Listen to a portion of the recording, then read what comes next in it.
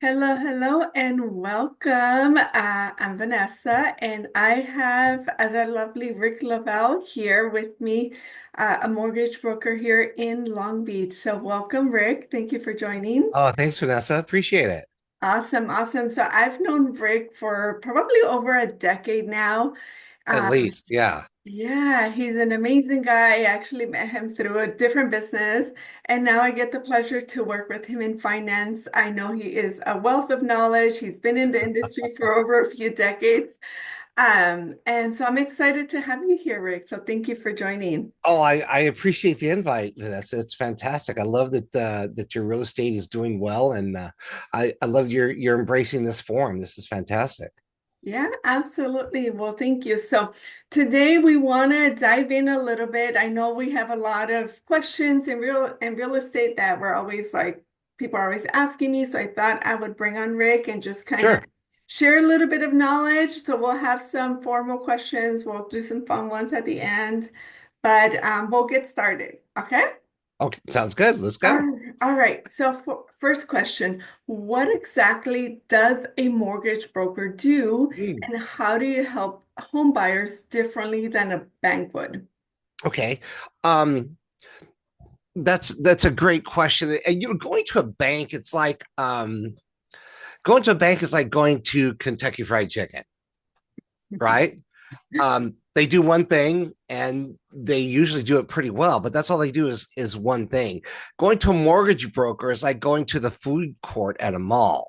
So you have multiple choices. So you can, you get Chinese, you get Italian, you get a salad, you can get an acai bowl, which I don't know what those are, but you have a plethora of options by going to a mortgage broker versus going just like directly to your bank where they just do one thing. There could also be some different underwriting guidelines. Maybe you don't fit into this, it's a square peg, square hole. Whereas if it's a mortgage broker, he's got every type of option for you. So if you're a little bit different, you have those options available. So that's really one of that's the main difference in using a mortgage broker is really more options. And usually those options come in the way of the type of loan programs that can fit that specific lending need. Yeah, absolutely. That's why I love actually referring people, new clients typically that are first-time home buyers, they like to go to their bank, right? They're comfortable Always, with yeah. their lending. I know you and I both spend a lot of time in the finance world and banking, right? Yeah, long Uh, time. I did 19, almost 20 years at Bank of America, so yeah, I've done my time. yeah, I did 15 years with different banks. And Yeah, so but I love, brokers because you guys, like you just said, right? You guys have access to a lot more different types of lendings. You can get yeah. a little bit more creative and just, have more options. And I think it's, kind of like going to a buffet, right? And It's you very just have much like more going to a options. buffet. Yeah, yeah. Mhm. It's very much like that. And if you are comparing apples to apples, we want to make sure it's a red apple to red apple, not red apple to orange. You know what I mean? A lot of people will go into their bank and they'll get a like an estimate, and then they come to a broker and they go, well, what unfortunately sometimes a bank will give you something that's very generic, like you're standing in line, you're making a deposit, and they go, oh, have you heard about our new lower rates? You say, no, could you tell me? And they give you something's very generic. That generic estimate many times doesn't fit your specific need. So, Yeah. and going to a broker, a lot of times you're able to delve a little bit deeper and find out what that need is and really compare apples to apples. And many times a broker has so many options available that they could either save that client time and money, and usually it's both. Okay, next question. How did you get into the mortgage business and what keeps you passionate about it? Ah, nobody ever wakes up and wants to be a mortgage loan officer. Nobody. If somebody does, they're lying to you. I mean, that's a bunch of bullshit. Um, you, I got into it by accident. I was actually I was a messenger at an escrow company when I was in art school. That's when I went to school for at Cal State Long Beach. I was a fine arts major. And as I was going to school there and being a messenger at this escrow company, I would go to a lot of mortgage companies, and these guys were they would always dress really sharp. They had a nice watch. They drove a nice car. And they had like disposable cash. And I go, hey, that I want to know what I want to be that guy. You know what I mean? And I started hanging around him. And then one day I was delivering some documents to this mortgage company. And I think it was, I don't know, like they're some type of an anniversary. And they pulled me into this limo and I'm sitting there drinking champagne and smoking weed with these guys. And this is like, this is in the 80s, right? And then they go, hey man, when are you gonna come work for us? And I go, man, how about tomorrow? And so I switched. It was literally that was on a Friday. The Monday came around, and I went to work with them, and I started learning more and more about the process. And as I learned more about that process, this is back before. This is like when fax machines just had started, so everything was hand carried, like verifications of employment and verifications of deposit. That was all done by hand. And I learned how to be a technical guy in putting loans together just from being around these loan officers. And then I became an assistant. And then I remember it was 1987. I think it was my very first year as a loan officer. And I had gotten I'd go out on the weekends and I just do open houses. And I went to this one condo complex and said, oh, yeah, we do FHA loans. And come to find out they weren't FHA approved. Well, I got them FHA approved. So I literally this is 1987. So I literally went from making like $1,300 a month as a messenger to like $8,000 a month at the loan officer. And that was a lot of money back then. Uh, yeah. And it was quite the ride. And it's it's there's always ebb and flow to every business, but I've been doing this for so long I couldn't think of doing anything else. And sometimes you think, oh man, it's hard. Well, yeah, it is hard, but it's incredibly rewarding to be able to help people to to get into that house. And it's really special. I'm very, very lucky, and those relationships are incredibly valuable to me. So that's kind of the long story of it, but that's it happened by accident. I love it. Very, very unique pathway. So I love it. All right. So now let's get into like the loan process and strategy. Yeah. What are the most common mistakes buyers make when getting pre-approved? Okay. A big, huge mistake that I've seen over and over is they go online, they fill out a quick little, they go on a landing page, they answer a couple of questions, and they get a thing that says, oh, you're pre-approved. It's pre-qualified. I mean, they haven't pulled credit, they haven't verified assets and income and that. That's a big thing that people do when they're first starting this journey that I see them do wrong. That's probably the biggest mistake as I see that they think that they're already pre-approved. Or they say, hey, I spoke to somebody. When did you speak to them? Well, we spoke to them last year.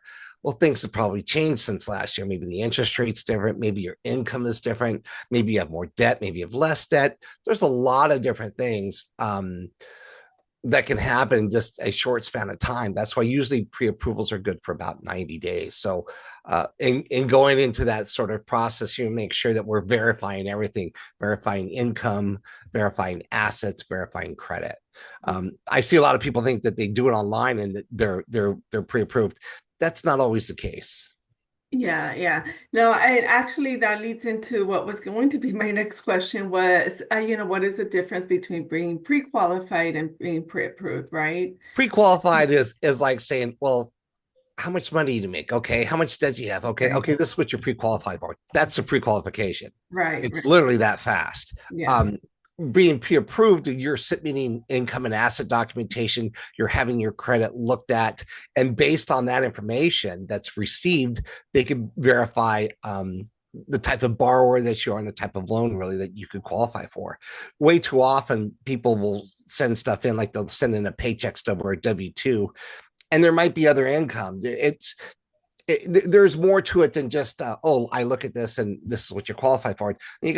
There's more questions to be asked because you're 1099. That's different than just being W-2, or if you're both W-2 and 1099.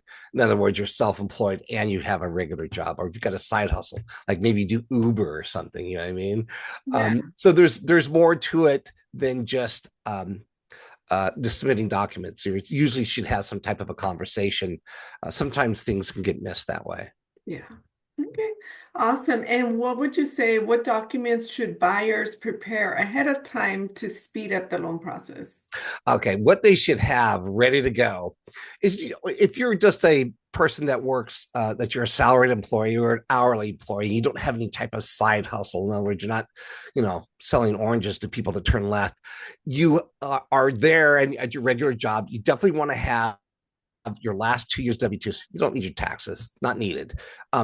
Also, you want to have at least one whole month of paycheck stubs. So if you get paid every week, get 4 of them. It's only twice a week, just need 2 of them. And most important is assets. Wherever the money is coming from, even if that money is a gift, have that information available. In other words, if it's coming from your saving, have 2 months bank statements available. If it's coming as a gift, at least have a bank statement available, or know exactly where that money is coming from.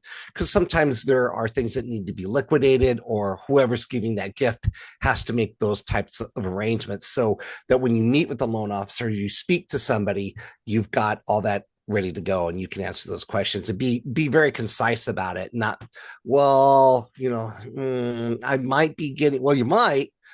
It's, it's either you're pregnant or you're not, right?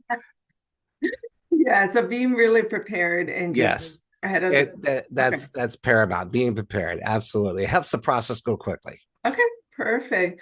Now, what's credit scores do buyers really need to qualify for a loan these days? This is a great question, because if you have credit challenges, there are loans out there. If you've got a 580 FICO score that you could utilize, keep in mind that that type of a FICO score has certain caveats to it. In other words, your rate probably not going to be as favorable as if you had a 680 FICO score. In fact, it's not going to be as favorable. You will have more cost involved when you have certain credit challenges. It doesn't necessarily disqualify you, but you have to be aware that your rate will be different than someone who has an 800 FICO score. So I would say your minimum, absolute bare minimum, you should have a 620, or you should work up to getting a 620 FICO score at bare minimum. Yes, Yeah, absolutely. a decent score is in the 700s. You're at 720, you're doing well. You're at 700, you're still okay. You're at 760, you're gold. Awesome. Awesome. Great insight. Yeah.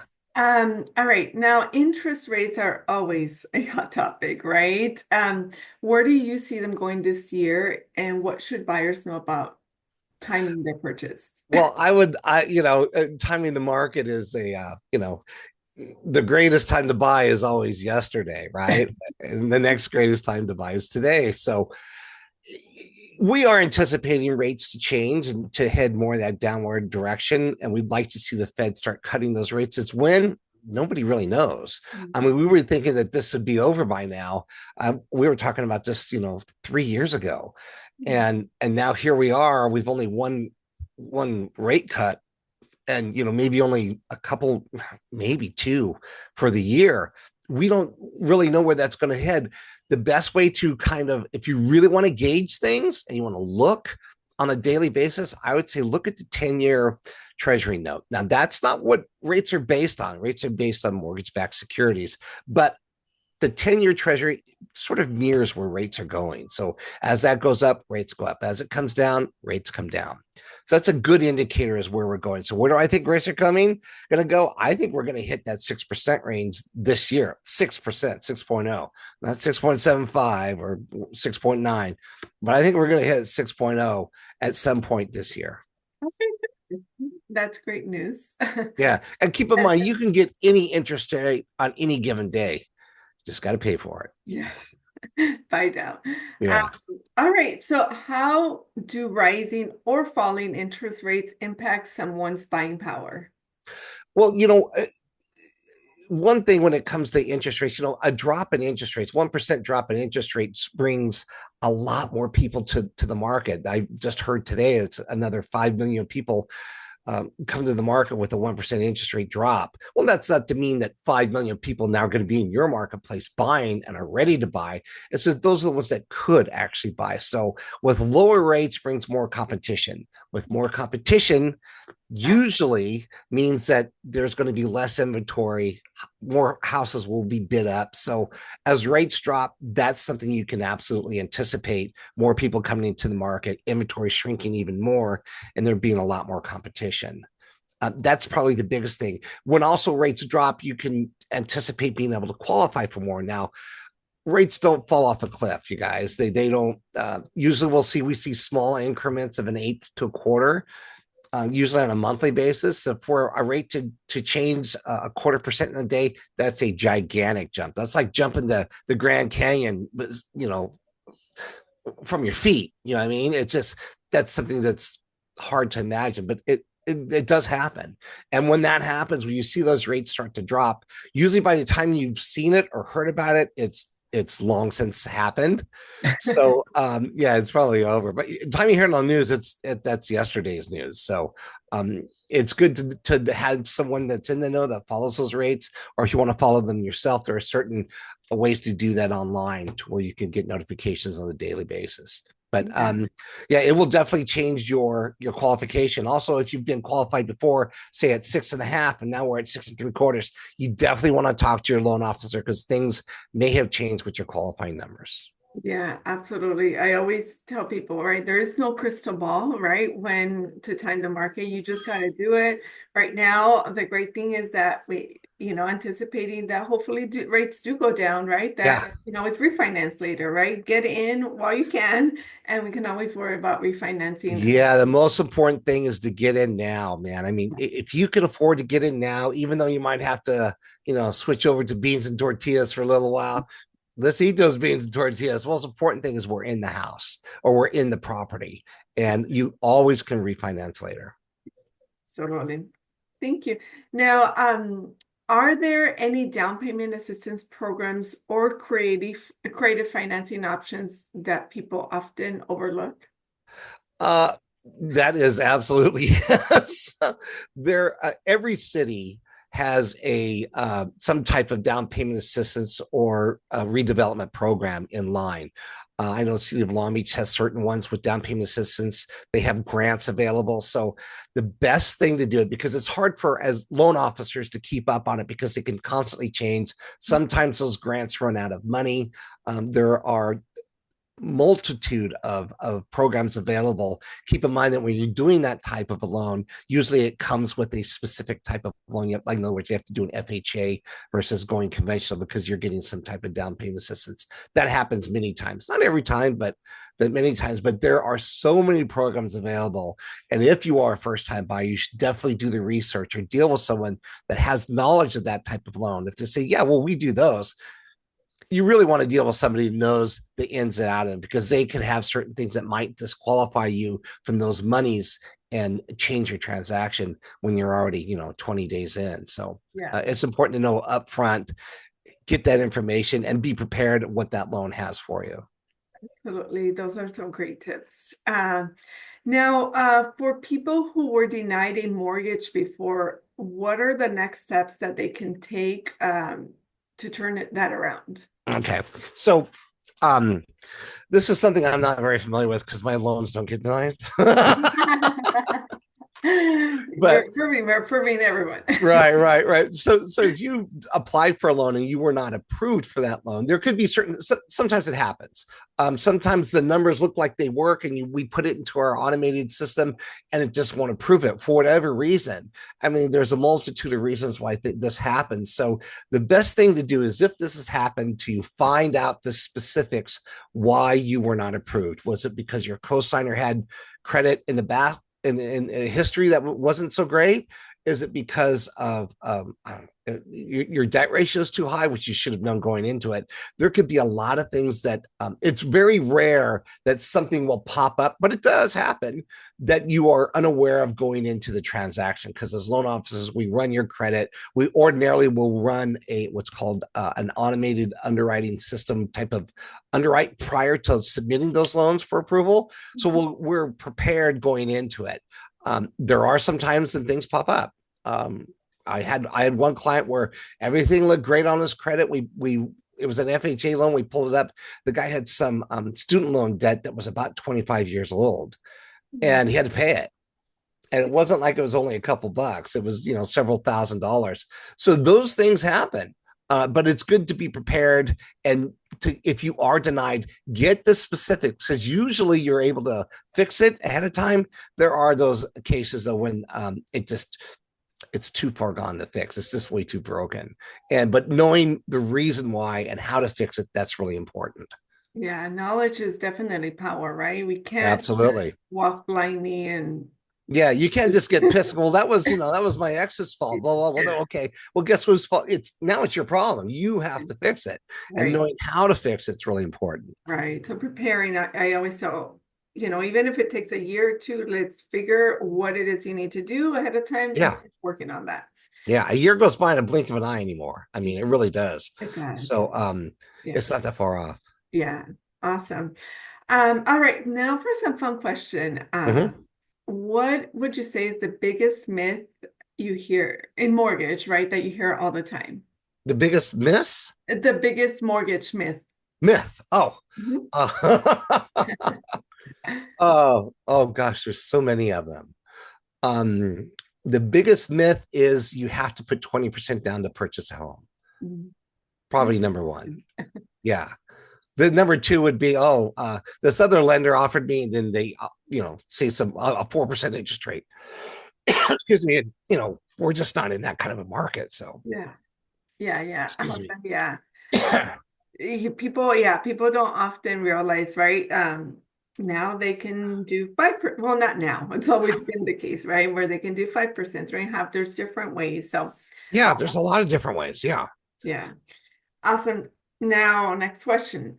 Fixed rate or adjustable rate? What's your personal pick and why? Okay. Well, anymore, it seems like fixed rates seem to be they just dominate the marketplace, mainly because there aren't really a whole lot of adjustables currently that compete with the fixed rate loan. I love adjustables, especially because ordinarily their start rates are significantly lower than what a fixed rate would be. In other words, say we got 5.75 versus going at 6.8. So there could be some savings there on a monthly basis. Now anymore, those fixed rates are completely amortized. So we're always paying principal and interest, and there's no negative amortization. In other words, say your payment is supposed to be $1,000 and you're only paying 800. Those loans really don't um, exist anymore for the most part. And there are maybe some private lenders that do them, but for the most part, those types of programs are no longer available. So knowing that type of loan, how it adjusts, and that could really work to your favor, as long as the interest rate makes sense. Yeah, Yeah. absolutely. Now, next question. Are you okay? I noticed you were coughing. Want to give you a No, minute? I'm good now. Yeah, yeah. That happens daily. I So know. All right, next question. If someone handed you $50,000 today, what's smarter, to pay down a mortgage or invest it? hmm. Hmm. Oh, wow. Depends what your risk is, right? I think that money in your pocket's better than hmm. I like having money in my pocket. So would I invest it? Depends on what that investment is. We say, am I going to invest in real estate? Because in real estate, you have the magic elixir of compounded interest, and being able to prepay your mortgage. That's a smart thing. I mean, one extra payment a year knocks off almost 7 years on the loan. That could be a lot of money. You know what I mean? So Yeah. that makes sense in the long term, especially if it's on a property that you plan on staying in for a while. So would I put all 50 grand into the house? Depends on your age. It depends on each individual situation. Personally, I wouldn't. I would find probably something else to invest in. Yeah. Okay. Awesome. Fair Yeah. enough. What is the craziest thing you've seen on a mortgage application?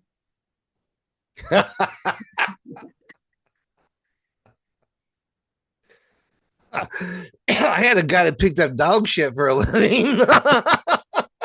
Hey, that's a real thing. I saw a business. It's like there's a whole business of picking up poop. People Yeah, yeah. This guy was a pooper scooper. Yeah.